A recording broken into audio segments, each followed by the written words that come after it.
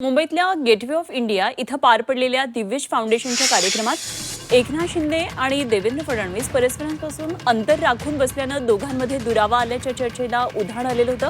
मात्र एकनाथ शिंदे आणि देवेंद्र फडणवीस यांच्यामध्ये असणाऱ्या 2 खुर्च्या मुकेश अंबानी आणि नीता अंबानी यांच्यासाठी राखून ठेवण्यात आलेल्या होत्या. प्रत्येक खुर्चीवर पाहुण्यांची नावंही लिहिलेली होती. त्यामुळे एकनाथ शिंदे हे कार्यक्रमाच्या ठिकाणी आल्यानंतर देवेंद्र फडणवीस यांना पाहून त्यांच्यापासून अंतर राखून बसले. त्यानंतर दोन्ही नेत्यांमध्ये दुरावा निर्माण झाल्याच्या चर्चांना उधाण आलं. मात्र त्यानंतर आलेल्या फोटोंवरून या चर्चा निराधार असल्याचं उघड झालं.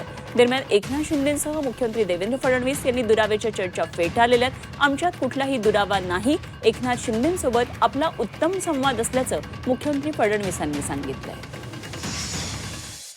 सत्कार होता. नीता भावे अंबानी, मुकेश अंबानी हे तिथे येणार होते. त्या खुर्च्या म्हणजे ते सत्कार मूर्ती होते. एका बाजूला मुख्यमंत्री होते, दुसऱ्या बाजूला मी होतो. मी याला एवढंच म्हणेन की हा वेड्यांचा बाजार आहे आणि वेड्यांच्या बाजारामध्ये काही माध्यमही वेडी झाली आहेत. त्यामुळे परवाही मी आणि शिंदे साहेब ज्यावेळेस हुतात्मा स्मारकावर गेलो, आल्यावर आम्ही दोघं भेटलो, जाताना आम्ही दोघं भेटलो.